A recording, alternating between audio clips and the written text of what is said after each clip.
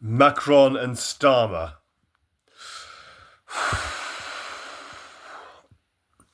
Macron and Starmer. Two psychopaths, two sociopaths. The psychopathic political duo on each side of the English Channel. I don't know which is worse. They're so similar in many ways. The two main differences, though, I wanted to highlight, and I'm not just sort of mentioning them both in the same video together now because of Ukraine. I'm mentioning them. I've been thinking about doing a video comparing the two of them for a while.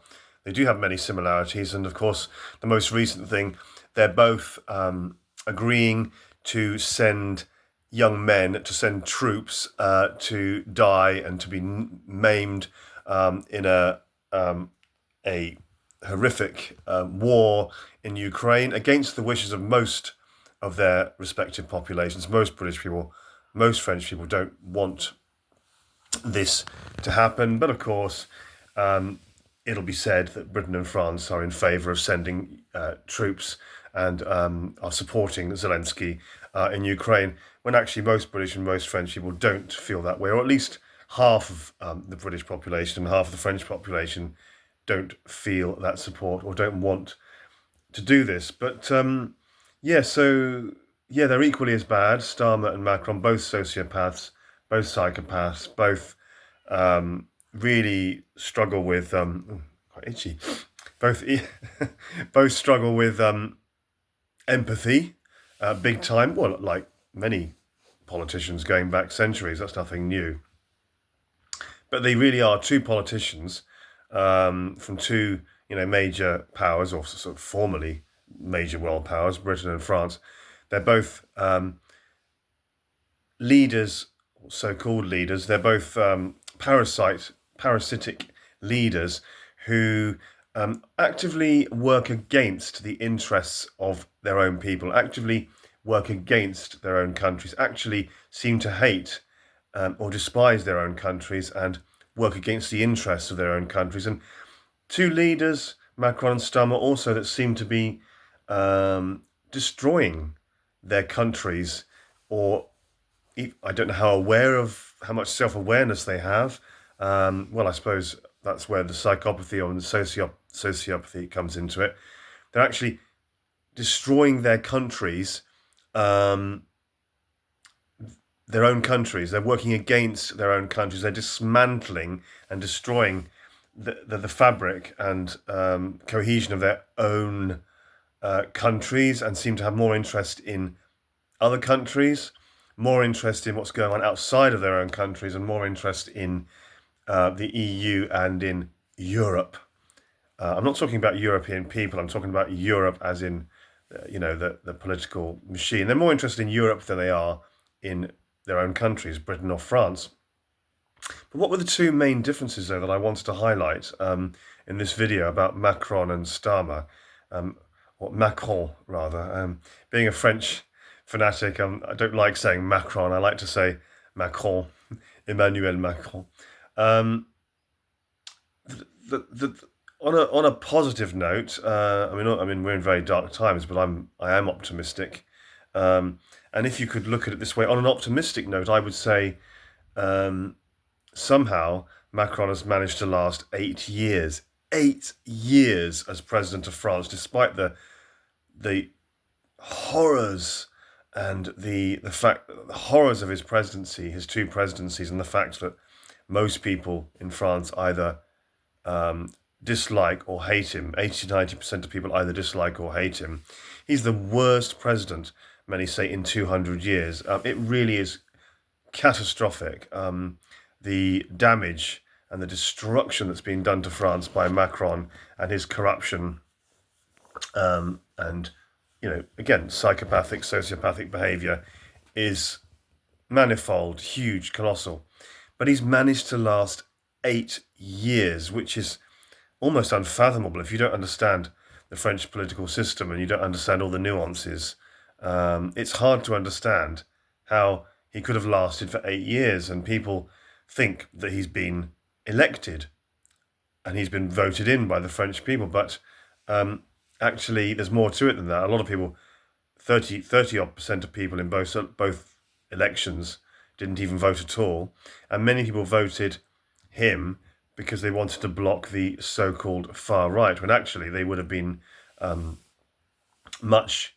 They're actually worse off with under Macron than they would have been under the so-called far right or Marine Le Pen, because Macron and his clique, his cabinet of what the French call Macronists, and Macronie is actually far more extreme, far more dangerous than the so-called far right and Marine Le Pen. Isn't that strange? But anyway, yeah, he's lasted 8 years, getting back to the point. 8 years. But the good thing is, I don't see Starmer lasting any more than a year, maybe even 6 months. And I think most people agree about that. And that does sound very positive, doesn't it? But what sort of hell are we going to have to prepare ourselves before we get to that point? I mean, it really is hellish at the moment, isn't it? Having said that, I am very optimistic about the future. I do feel that everything that's happening was meant to happen, and all these things have to come to pass. But yeah, Starmer, what do you think? I think Starmer won't last more than 6 months or maybe a year.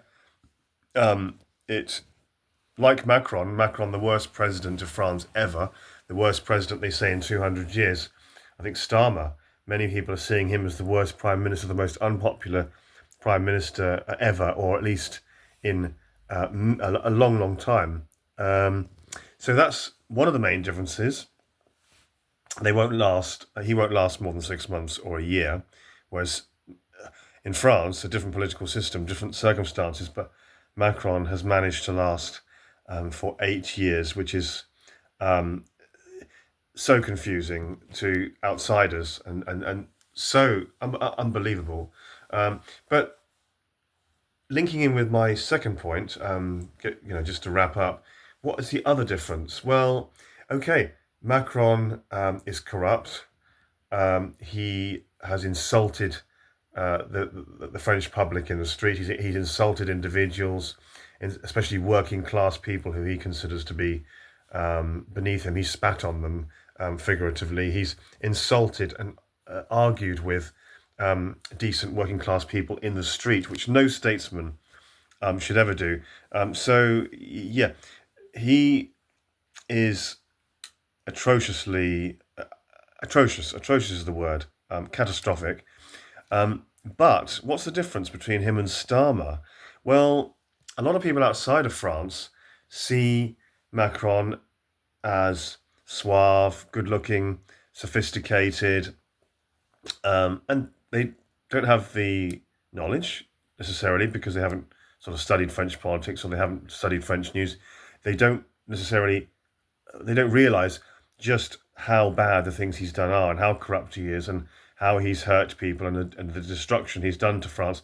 So they just think he's a bit unpopular, but a lot of people outside France think that he's charming and sophisticated and good-looking and, suave and all that, which he is, and that is the main difference.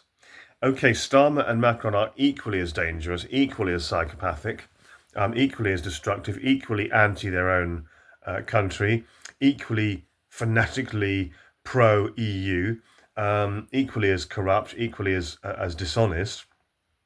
But, strangely, the main difference is Starmer, well, he's being called charmless, wooden.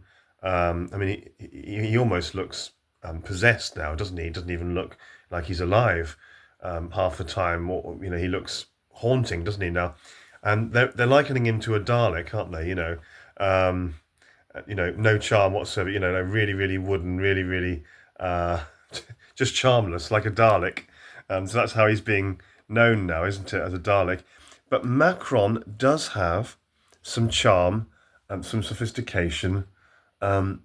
He has got charm. He's got independent thought. He's got intellect, original intellect and original thinking in a way that Starmer doesn't have.